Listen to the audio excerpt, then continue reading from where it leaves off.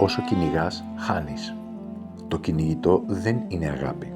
Είναι άγχος σύνδεσης. Είναι προσπάθεια να αποδείξεις αξία εκεί που δεν υπάρχει ανταπόκριση. Δομικά, το κυνήγι ενεργοποιεί ανισορροπία. Συμπεριφορικά σε βάζει σε ρόλο που ζητά και δυστυχώς η αλήθεια είναι πως ό,τι ζητά σπάνια έλκει. Στο επόμενο, τι σημαίνει να σταματάς να κυνηγάς.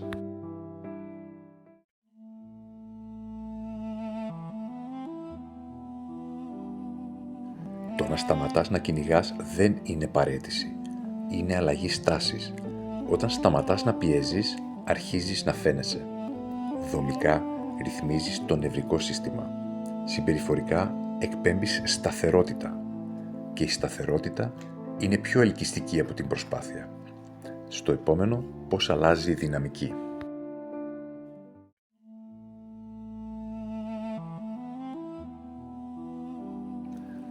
Η δυναμική αλλάζει όταν αλλάζεις θέση. Όταν δεν κυνηγάς, δεν αποσύρεσαι, στέκεσαι. Δομικά επαναφέρεις ισορροπία. Συμπεριφορικά αφήνεις χώρο στον άλλον να φανεί. Και τότε φαίνεται καθαρά ποιος πλησιάζει και ποιος χάνεται. Στο επόμενο, τι σημαίνει έλξη.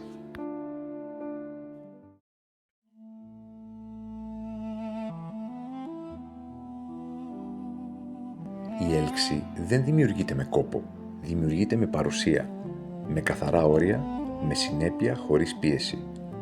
Δομικά, η έλξη γεννιέται στην ασφάλεια.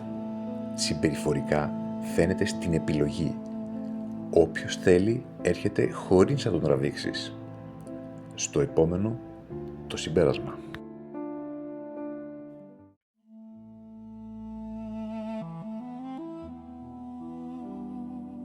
Το σημείο αλλάζει όταν αλλάζεις εσύ.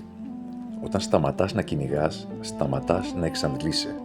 Δεν αποδεικνύεις, δεν πιέζεις, δεν προσαρμόζεσαι για να χωρέσεις.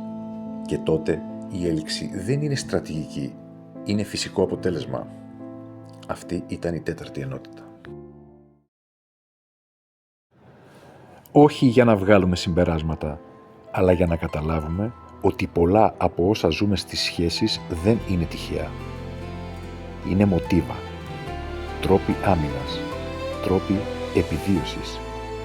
Και όσο τα αναγνωρίζουμε, τόσο λιγότερο τα μπερδεύουμε με την αξία μας ή με την αγάπη που δίνουμε. Η κατανόηση δεν λύνει τα πάντα, αλλά είναι πάντα το πρώτο βήμα.